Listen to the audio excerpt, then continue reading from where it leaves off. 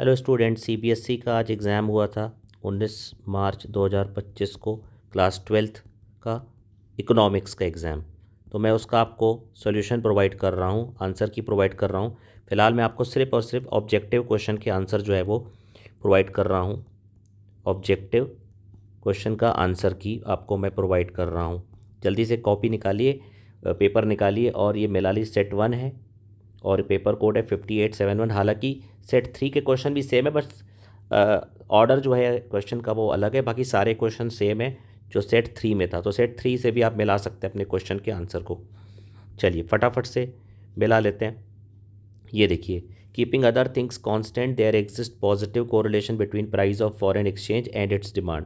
पहली बात तो प्राइस ऑफ फॉरेन एक्सचेंज और डिमांड में इन्वर्स रिलेशन होता है, तो स्टेटमेंट 1 जो है वो फॉल्स है और स्टेटमेंट 2 जो है वो करेक्ट है। तो इसका आंसर होगा B. Statement 1 is false and 2 is true. इसके बाद है, ये मैंने सॉल्व करके देख लिया था, तो इसका आंसर है ऑप्शन सी। बहुत इजी क्वेश्चन था हालांकि ये।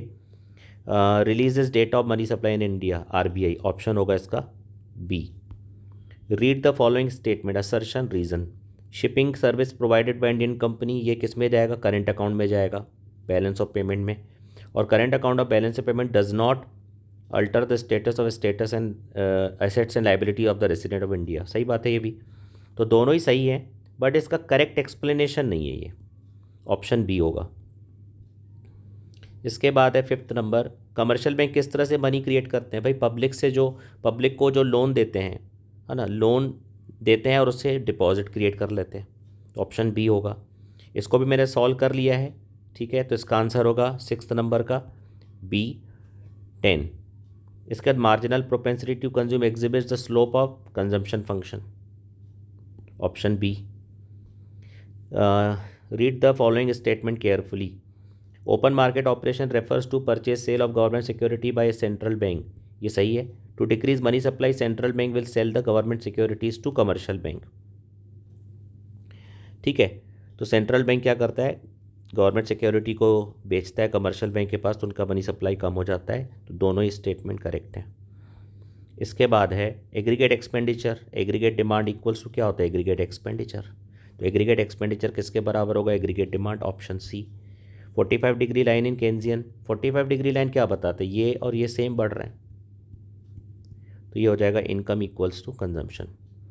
इसके बाद है, ये तो क्वेश्चन हो गया, इसको मैं थोड़ी देर से आपको बता रहा हूँ। अब आते हैं आईईडी के। Identify which of the following is not a feature of physical capital, तो आंसर इसका option B. Prime beneficiary of the minimum support price fixed by the government is farmers. Identify incorrect features associated with formal sector, irregular payments. Read the following statements carefully in order to address the problem of water। खैर ये सब मैं नहीं पढ़ रहा हूँ, इसका answer मिला लीजिए, आंसर होगा सी। इसके बाद है मॉडर्नाइजेशन। मॉडर्नाइजेशन क्या होता है भाई? Adoption of innovative technology bringing positive change in social outlook, तो इसका ऑप्शन होगा डी।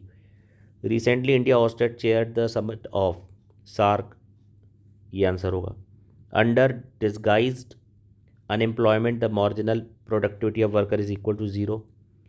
कौन सी चीज़ पे पाकिस्तान हमसे आगे था फर्टेलिटी रेट में? यहाँ पर ऑप्शन बी होगा। Outsourcing from India has become more intensified in recent time due to the expansion of the information technology.